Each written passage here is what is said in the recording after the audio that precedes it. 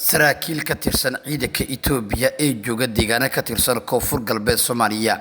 ayaa isku khilaafay xaaladda siyaasadeed ee deegaanada maamulkaasi.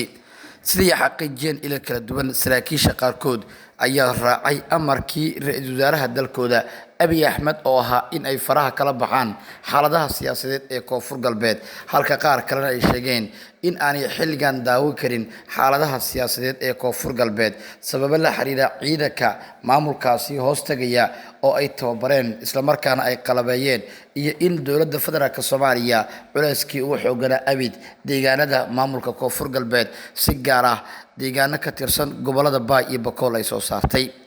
Itoobiya waxay sheegtay in haddii laga takhaluso maamulka Cabdicasiis Laftagareen in aanay xilligan dhaqdhaqaaq iyo saameyn dambe abad ay ku yeelan doonin deegaanada Koonfur Galbeed, si looga hortagana ay culeyska qayb ay ka noqdaan si dadban iyo si toos ah. Laakiin waxa arintaasi diiday saraakiil ka tirsan ciidanka dowladda federaalka Itoobiya ee jooga isla magaalada Baydhabo. waxay saraakiisha diidan ay ku doodeen in xilligan la joogo aanay habbooneyn in Koonfur Galbeed diiradda ay saarto dhaqdhaqaaqyo siyaasadeed oo aanay xasilooneyn marka la eego mustaqbalka dhow iyo waxa ka soo gaari kara.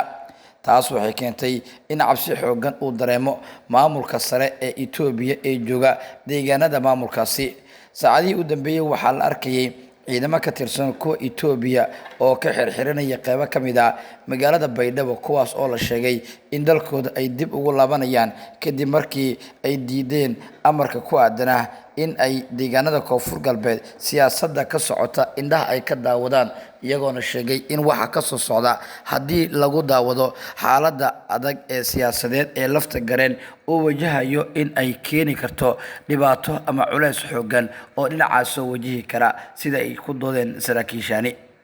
warar soo baxaya waxay tilmaamayaan in mas'uuliyiin ka tirsan dowladda federaalka Itoobiya in ay bilaabeen dhaqdhaqaaqyadii ugu cuslaa ee waayihii dambe ay ka wadeen dhanka iyo deegaanada Koonfur Galbeed, iyagoona ku sheegay in xilligan la joogo aanay habbooneen waxa la wado, iyadoona wararka soo baxaya ay tilmaamayaan in ay socdaan dhaqdhaqaaqyadaasi guud ee arrimahaasi la xiriira. ila muhiim ah ayaa dhanka kale waxay inoo sheegeen in ciidanka dowladda federaalka Soomaaliya oo adeegsanaya diyaaradaha dowladda ay kol hore soo iibsatay, qaarkoodna amaahda lagu soo siiyay in ay dul haabeen deegaano kala duwan, iyagoona halkaas u tagay sidii ay u sameyn lahaayeen dhaqdhaqaaqyada guud ee la xiriira arrimahaasi. muddooyinkii u dambeeyay deegaanada Koonfur Galbeed waxaa ka socday dhaqdhaqaaqyadaasi xoogan, iyadoona saraakiil ka tirsan dowladda federaalka ay tilmaameen in ay wadaan abaabulkaasi xoogan, waxaana mas'uuliyiinta dowladdu dhanka kale ay tilmaameen in muddooyinkii u dambeeyay ay socdeen isku dayo kala duwan oo la xiriira howlgallada guud ee ka socda deegaano ka tirsan maamulka Koonfur Galbeed Soomaaliya.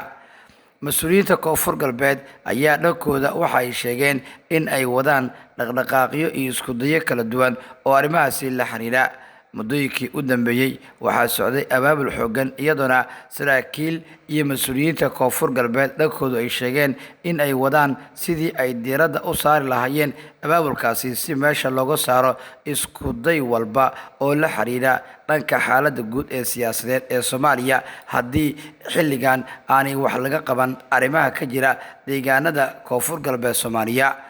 in muddo socda isku dayadaasi kala duwan, iyadoona mas'uuliyiinta dhanka iyo dowladda federaalka iyo Koonfur Galbeed ay sheegeen in ay wadaan sidii ay u gaari lahaayeen hadafka guud ee ku saabsan arrintan, iyadoona dhaqdhaqaaqyada guud ee iska soo horjeeda yihiin kuwa sii xoogaysanaya marba marka ka dambeysa, taas oo ka dhigan in haddii xilligan la joogo aanay waxba laga qaban in xaaladdu suurgal ay ka dhigi karto in isbeddel weyn uu ku yimaado marka la eego dhanka iyo dhaqdhaqaaqyada guud ee la xiriira arrintaasi. waxaa warar soo baxaya ay tilmaamayaan in maalmihii u dambeeyay ay socdeen dhaqdhaqaaqyo guud oo la xiriira arrimahan, iyadoona mas'uuliyiinta dowladda federaalka ay sheegeen in ay wadaan qorshe waliba oo la xiriira qaabka looga hortagi karo isku dayada Itoobiya faragelinta ay u sameyn karto deegaanada Koonfur Galbeed. xukuumadda Abiy Ahmed ayaa marba war go'aansata, mar waxay sheegtaa in ciidamadeeda ay ka xirxiranayaan deegaano ka tirsan Koonfur Galbeed, halkaas oo ay isaga bixi doonaan, mararka qaarna Itoobiya ciidamo dheeraad ah ayaa ku dartaa deegaanada qaarkood halka xilliyada qaarna deegaanada ay ka aamusaan oo dhaqdhaqaaqyada iyo waxa socda indhaha ay ka daawadaan wixii warar iyo dhacdooyin arrimaha ka soo kordha baahinteena tan xigta warbaahinta xuraansi ku daawaad ku baasan tahay daawashadii la socodka wararkayaga